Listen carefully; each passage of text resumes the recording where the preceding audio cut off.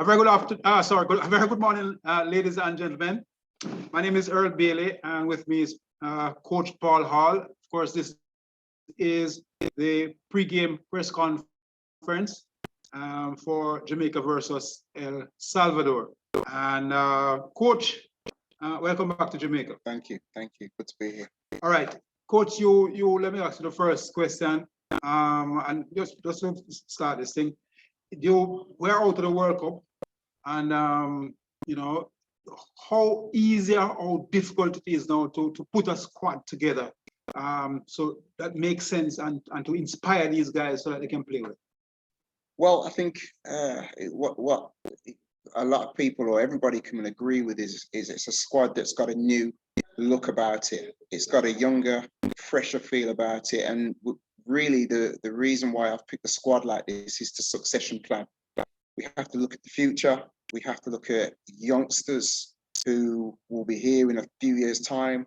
We have to build and grow, and part of the strategy is to bring some of those young, outstanding schoolboys, outstanding young under 23s, under 24 players, and really look to grow with them and set a foundation for the future. So we need to think and look to the future, and we need to start building that right now. So as promised, I've picked a squad that we are looking forward with in a few years' time, and we need to make sure that we can continue that. I hope it's fresh, and I hope that these young players can come in and show what I saw in them. All right, so go straight to the journalist on hand now. Let's go. Daniel, are you there? Let's hear you, Daniel. Yes, Earl, you hear me? Yes, go ahead, man. No problem. Coach, two questions. One, we have not been able to get any wins at home this year, so far in this campaign. How much of obviously it's a main. What is the main challenge to try and make sure that you don't finish the campaign without a home win? How important is it for you guys to make sure that at least you may be able to get some 3 points at home, whether in El Salvador or in Honduras?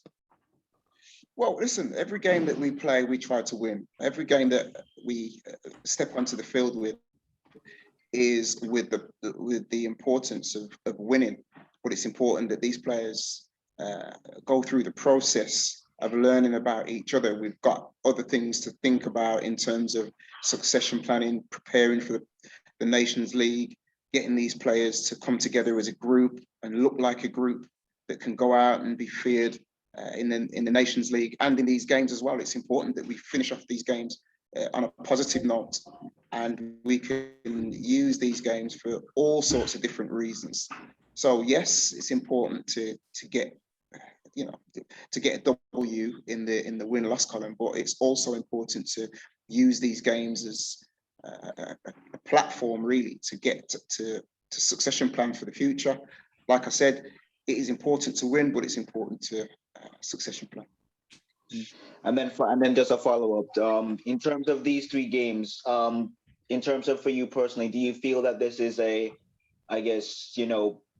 final opportunity that you'll have to not only prove that that you can do the job full time, given that obviously it was a very difficult start to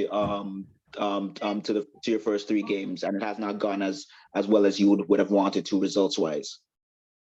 Yeah, results wise, but the job is much bigger than that, isn't it? I mean, we're all agreed that the job has got to be much bigger than that. That's why we have to look at these players, and we have to build a team, and we have to build a restructure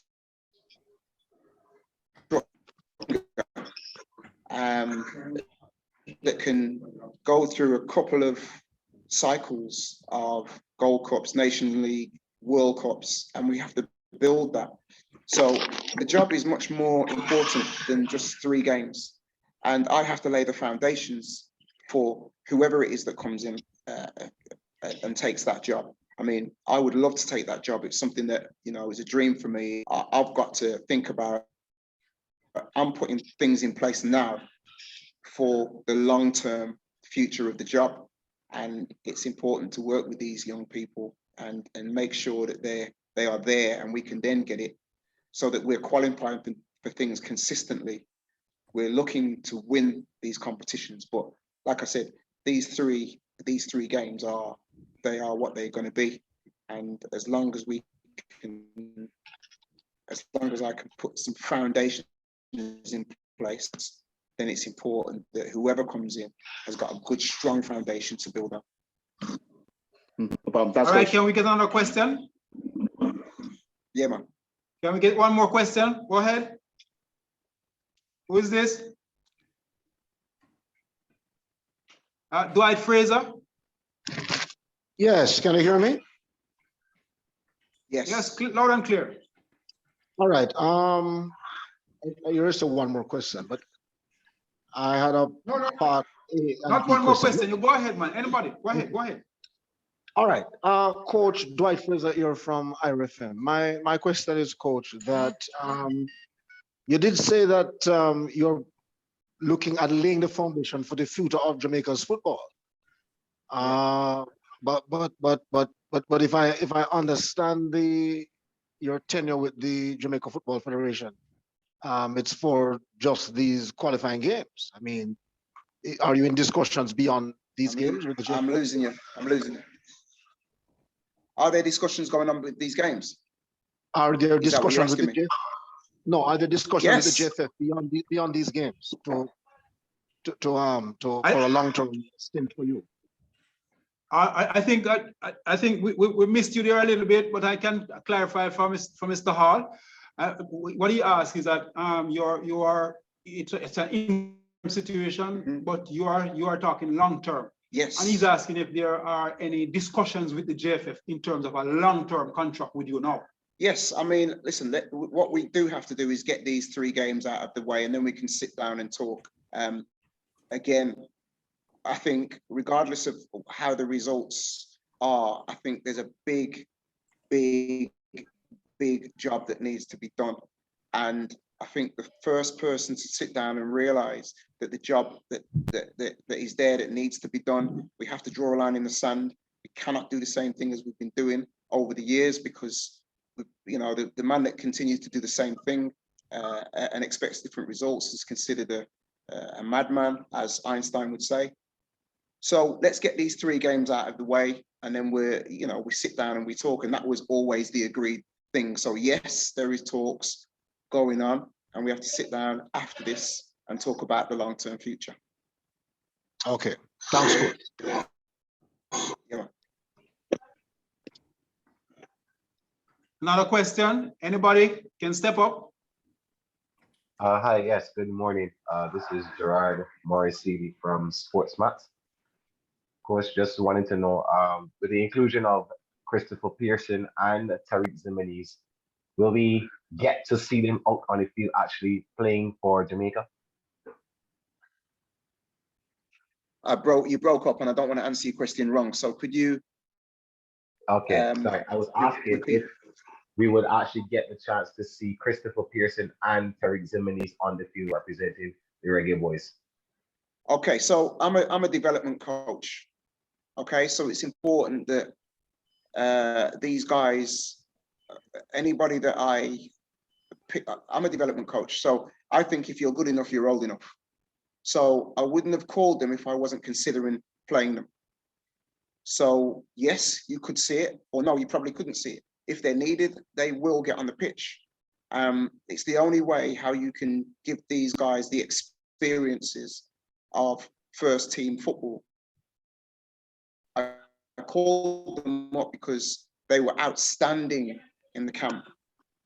And the reason why I called them up is to show other schoolboys that they can, if they do well, I am looking at them and I'm watching them. The reason why I went to every Premier League game this weekend was to look at every player and identify every player. What I did see in the league was that every coach of every team is a good coach. I saw some good coaches and I saw some good footballers.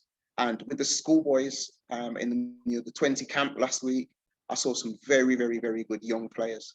So if I do call them into the squad, yes, they have to come in. They have a responsibility to stay in that squad and keep others out, because I am looking at all young schoolboys to be able to come in and to be able to affect the team at international level.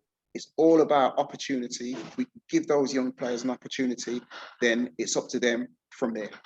So yes, of course you could see them playing. I should have just said that, really.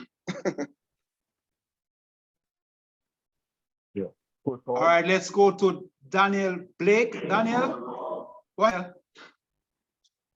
Hi, good morning, Coach. Two questions, just sort of a follow-up on that. You had mentioned in an interview that players like Alex Marshall and the other young players need a program. Have you considered talking to QPR to see if some of them could train with the youth players there for some weeks or months and then sort of integrate them back into our national program? Yes. I mean, like I say, I work with one of the best, one of the world's best youth programs, one of the world's best youth educators. And we speak about that all the time, myself and Chris Ramsey. And we've almost got the record for producing young players in England. We were third in the country at one point. So yes, we've spoken about bringing some young players over for some experiences, and there's a whole byproduct of players coming over, and they're playing with men, and our young players aren't playing with men. So there's always some learning to be had. So yes, each player needs a program under a certain age in the national setup. Each player needs a program, and each player has a pathway. We've got to make sure that we look after their pathway so that they can get these experiences. And yes, we've spoken to QPR and other teams about getting these players to have their experiences. So that's down the line a little bit, but yeah, of course, it's really important that these players get these experiences. Yeah, and my second question. All right, you can raise your hands. Just raise your hand if you want to ask a question. Go ahead, Daniel. Yeah, and just my second question, in terms of, you said that you want to move forward with the squad. Adrian Mariappa, who is in his twilight of his career right now, do you see somewhat of a coaching role or a mentorship role for him, or do you still believe that he has a part to play on the field? Good question. Mariappa holds my respect. He holds my respect as a leader and as a mentor, and he's one of the reasons why I've invited him back, because of his leadership. He's got fantastic leadership and never refuses a camp. And when he doesn't play, he's always supportive of the players that do play. He's an example.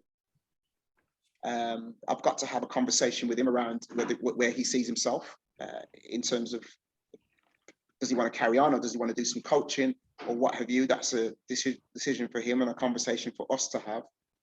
However, he is so important to the group, to Jamoy Topi, to Richard King. These players need mentoring, and they need the leadership, and they need to be able to have somebody beside them who's been through it, seen it, done it. So that's one of the reasons why Mariappa is so important to this program going forward. So he might be an old man, but he's a good old man, and I hope that he can get these players. I mean, he could probably teach Richard King and Jamoy Topi in 2 contacts, 3 weeks. So hopefully we can get him into work with Mariappa going forward. Does that answer your question? Yes, it does. Thank you. All right, let's go to, who is this now? Cataract? Cataract? Reggae Boyz coming. Yes, go ahead, Good man. morning. Good morning, Earl. Good morning, Good morning. Coach. Good to see you. Coach, I have a couple of questions. Thank you. I'll try to be concise. First is, what are your expectations, or what should be the expectations of the fans for the 3 games coming up? I want you to see a group that's together. I want you to see a group that is happy to play in front of fans and responds to the fans. I want to see the players looking like they want to be together, look like they want to win the game. You know, they're my expectations. Of course, like I said before, a win is it's what we want. But I want the players to be really, first and foremost, to give a good performance, a really good performance for the fans. And then going forward, we can look to build on that. It's really, really key that we all perform and we can all be together. That's key, because I think the camp, you know, it's wounded, but it's a camp that now every player that's coming has started talking to me about the Nations League. They've started talking to me about what this looks like going forward. The camp looks so different. There's an excitement about the camp and how it looks. You know, the young players have come in with fresh eyes and they're bright eyes, and the older players have been given the responsibility now to make sure that those young ones don't fail. So that's my expectation. I'm looking for a lot of things from the group this time. And quickly to follow up on that about the camp. Last week we were provided some information on the 21 under 20 players, the 18 senior players that were invited, and we were given a list of 16 players who were confirmed. This is like a 3-part question I'm going to ask quickly and ask for just very straight, blunt answers. Can you tell the fans the reason for the no-show of each of the following players? Kemaru, Ethan Pinnock, and Jamal Lowe. Okay. I'll be honest. Let me be honest. Personally, I feel some of the reasons that the players that have pulled out have been disappointing. They've been and I'm not here to talk about who's pulled out, because there are plenty of reasons for me to talk about the ones who are here and who want to be here. And like I said before, this is about commitment, and I don't want to go into the whole individual reasons why, but some reasons from some players have been disappointing, and we can only move forward with those who want to help us and who want to be here.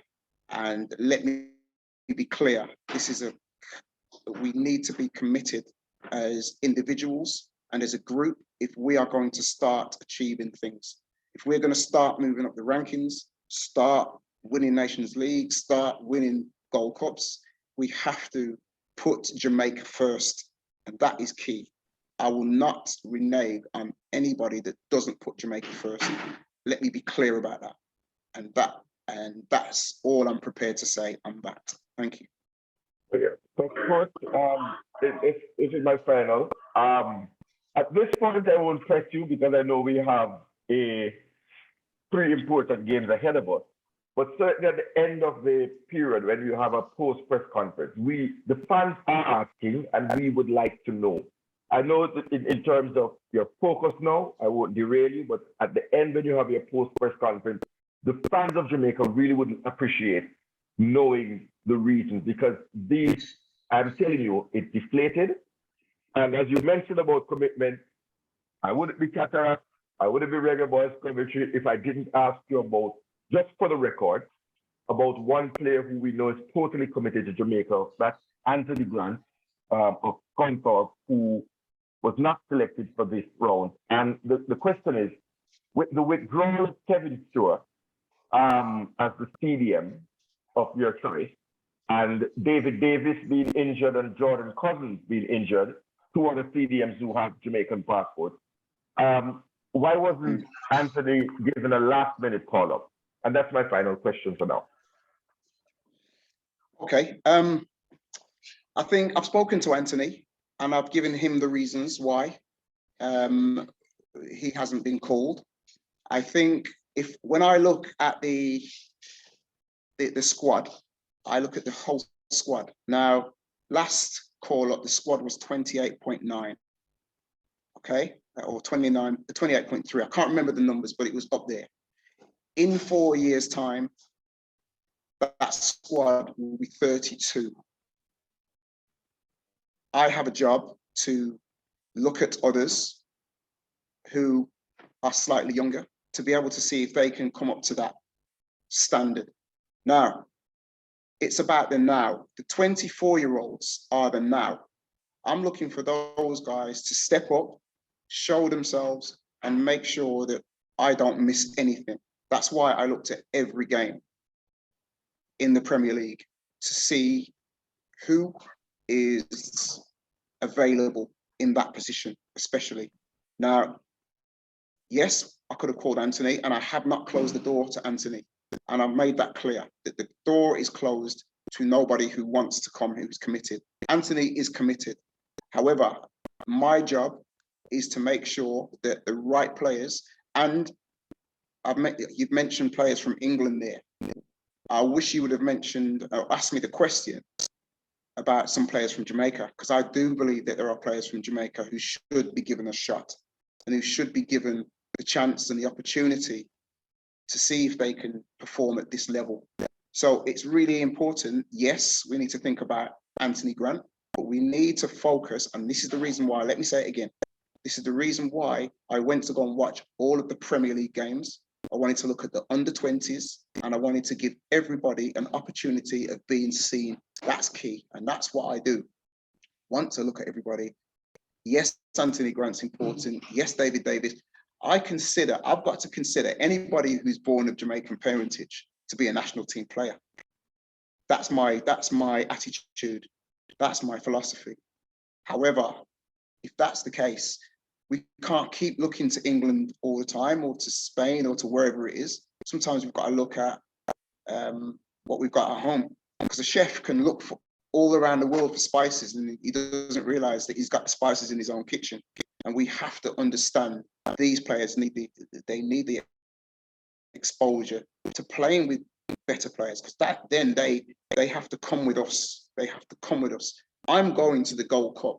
I'm going to the Nations League to go and try and drag this team and this federation forward. I just want to know who's going to come with me, and I've got to see everybody, because you never know where they come from. All right, Cataract. Let's move now to Diego. Thank you. Diego Tovar. Diego, let's hear you. Hello, good morning. Hi, my name is Diego Tovar from El Gráfico from El Salvador. I have a question for the coach. Buenos días. Hi, thanks. What are your thoughts about El Salvador? I mean, how do you see them as a rival for the next game?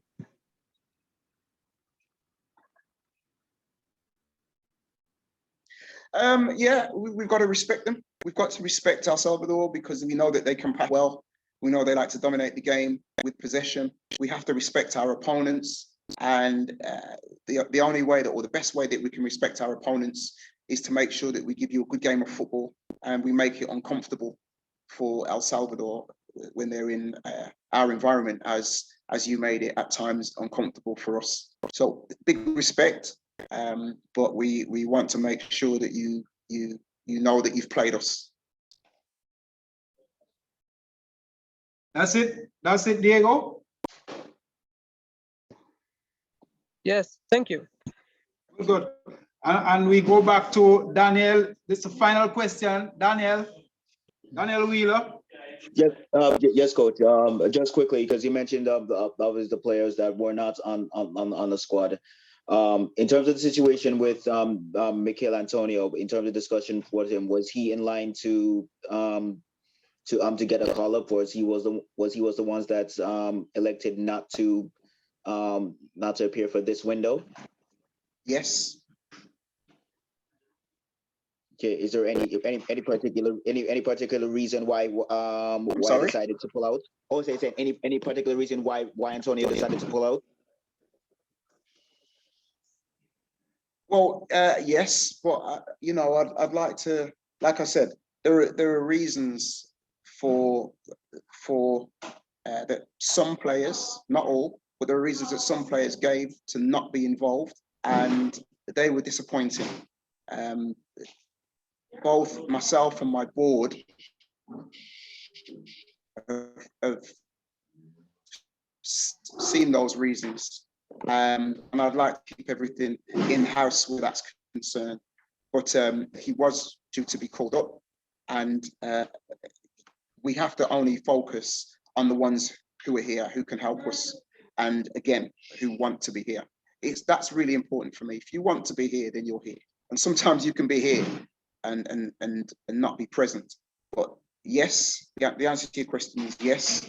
But the reasons being, I'd like to keep them in-house. My board know. And we've managed to replace those guys with, I think, people who will jump at that opportunity. And I hope that they really jump at it and make the ones who aren't here have to fight to come back in, because I want it to be a fight to stay in this unit, because that's the only way how we'll get better. So regardless of whoever it is, you now need to fight to get back in here if you want to come back in. All right, ladies and gentlemen, thank you very much for joining us. Mr. Bailey, We hope to never see give me you a at one the game question, Mr. Bailey, on man. Thursday. Yeah, Mr. Bailey. All right. Livingston, and I'm gonna get not even one question. Yeah. One more, make him ask a question. One more question. Go ahead, Libby. Yeah, coach. Well, I have a couple, but let me just ask this one. As you're talking about young players, so to our brighter prospect, Tyreek McGee, you have seen him also, Kareem Paris, not in your squad as well. Just wanted you to give me an update on those players and your plans for them, and also just give me, if you can, just give me a full view on your thoughts on the JPL. So first, if you can just address the young players. So first. those players, yeah, okay. So the young players, Tyreek McGee and Paris. I don't know Paris. I do know McGee. Both unlucky not to make it into the final 23, or into the final setup. However, they are very much in our thoughts going forward. These guys are very much who we want to see in a few years' time, because they are the players of now. They are the players of now. Now, those players can't come in because they're named Paris or because they're named Tyreek McGee. We have to get these boys to an area where they can fight to come in. They have to show some fight. They have to be playing and being successful at their clubs, and then they can be considered. And then I have to make a decision of who can come in. But all these players will be on programs, and will speak to each and every young player and their managers about what we need them to be doing while they're back at their clubs. So we will speak to Paris's manager, and then we'll speak to McGee's manager, just as we speak to Lamar Walker's manager, and all the managers in the Premier League, in the JPL. I'd like to sit down with all of those managers in the JPL and speak about their young players and speak about how we can develop them to become better players. And we'll do a handover. We'll expect them to do a handover when they come into our camp. But the two players that you mentioned, yes, very much about what we do, and we've got plans for them. We just have to ensure that their pathway is a smooth pathway, and they come in really, really hungry. And when they come in, can they stay in? That's the most important thing. Peter Levisell, again, another name. Yeah. If he comes in, can he stay in by training, behavior, attitude, performances, and can he keep somebody else out? That's what the most important thing is. One of the sentiments. If you ask about the JPL, one of the sentences with Paris is that because he refused the Peru call up, he's being sidelined. That is being said generally in the street. So I just wanted to give me a response to that as well. Okay, so let me address that. I wasn't aware that he refused it. I thought he had COVID. That is the official word from his club. Yeah. So listen, I couldn't call him. He wasn't available to call. Many people have told me that he had COVID, so I'm not like that. I don't agree that because somebody refuses it, but it just if somebody refuses it, it makes it very difficult for them to come back in, because if you refuse it and put your club over country, it tells me where your commitment is. And I need 23 committed players. We are a strong set of people in this country, only when we're committed. And we have to all be on the same page. Now, if I cannot afford to take one passenger. So yes, Paris is very much part of what we do and will be part of what we do. I haven't not picked him because he refused. I wasn't aware that he refused. I was excited about seeing Paris, actually. So, and I still am. But there are players in the squad that I'm more familiar with, who I can say I can rely on that person. So that's the reason why. But yeah, he'll get his call up, he'll get his chance. You know, he's just got to keep working hard, and he's got to make me pick him. Just give me a brief look at the JPL coach. The Jamaica Premier League. Yeah, the coaches I saw you call the game. Overview. Yeah. What did you see? So listen, it was important for me to look at all the games. You know, there's some very good coaches out there that are trying to get the ball down and play, and trying to outthink each other. And I saw some really good coaches out there. I think there's 12 teams. Yes. And I definitely saw 12 good coaches out there. And I was, as well as looking at the players, I was looking at the coaches and their habits, and you know, and I want to meet them all. And I'd like to discuss football with them, see how they see the game, because it's important that we get a relationship. The JFF must have a relationship with these coaches, because they're preparing. They're not working for me, but they're very much in a situation where they can hand us a player, and we want them to develop. So we want to create a partnership.